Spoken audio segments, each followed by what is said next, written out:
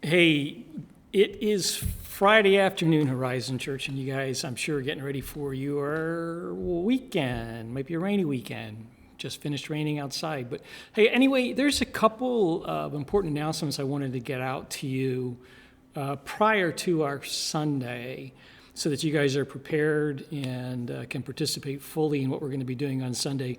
This Sunday is a communion Sunday. Now, we haven't had communion for a while. We haven't taken communion for quite a while, largely because of the difficulties that COVID has presented us for doing this. But we're going to do it Sunday again.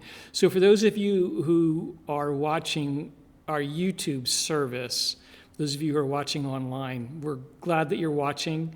But just as a reminder to let you know, you want to prepare ahead of time on Sunday to take communion with us. We'll be taking it as we always do at the end of the message. So, grab some bread or some crackers and grab something to drink.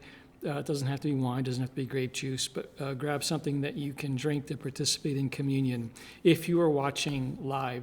For those of you who are going to be here in person on a Sunday, and I know that there's a group of people who are here, and for those of you, I know, there are some questions about whether or not you can be here. And I would say, generally speaking, those of you who are anxious to get back or who, are struggling with isolation or whatever, you're welcome to be here on Sundays. We have seating set up, and just ask you to wear a mask when you're coming and going or interacting with people.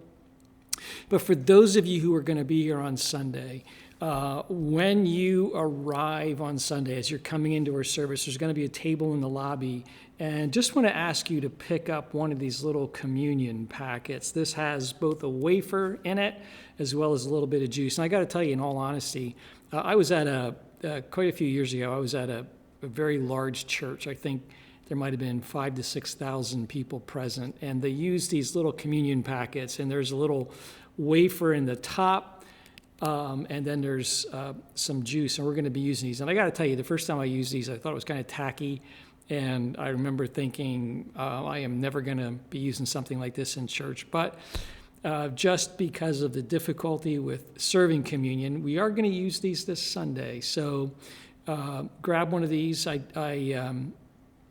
Communion is one of those things that I'm not sure that the actual way that you do it is as important as what it is that we'll be doing. So for those of you in person on Sunday, when you arrive, pick up one of these little communion packets, and then we'll be using it when we take communion together at the end of the message. Now, just two other quick announcements.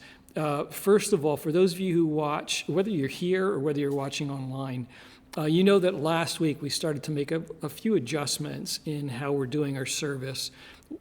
And just, the ongoing COVID stuff that we're dealing with requires us to be a little bit flexible to make changes when we know we need to. And the longer this went on, the more we heard from those of you watching online, at least I was hearing, that when the waiting screens came up, and that often that's when you guys started chatting, and especially those of you who are watching with a few people. And what I heard is that often you didn't stop chatting. And so people were saying the waiting screens is when we lose you. So we've transitioned to kind of really doing a live service and filming it or videoing it. And you're kind of watching in on that service. And we're still paying attention. I have, if you ever get to church, we have the camera in the back, and I have a face that I have taped up right next to that camera so that there's a reminder that you human beings are out there when I'm talking. And so we certainly want to include you who are watching on YouTube, and we're simply trying to make it better so that there aren't as many disruptions to our service. So fewer waiting screens that you will see. We'll try to put some announcements up occasionally. But then also, just because we really are trying to work hard to connect, even though we have to connect digitally, from about 9:45 till 10 every morning, that 15 minutes that was initially time to give you a chance to make sure your connections are working. By now, I think you have that all down. So what we're doing with that 15 minutes is just having time to connect with each other. So I'll be doing announcements during that time, that first 15 minutes, 9:45 to 10, and having a little bit of fun with Bible trivia. But we're also taking that time to have a time to connect, kind of a live chat, a question and answer time.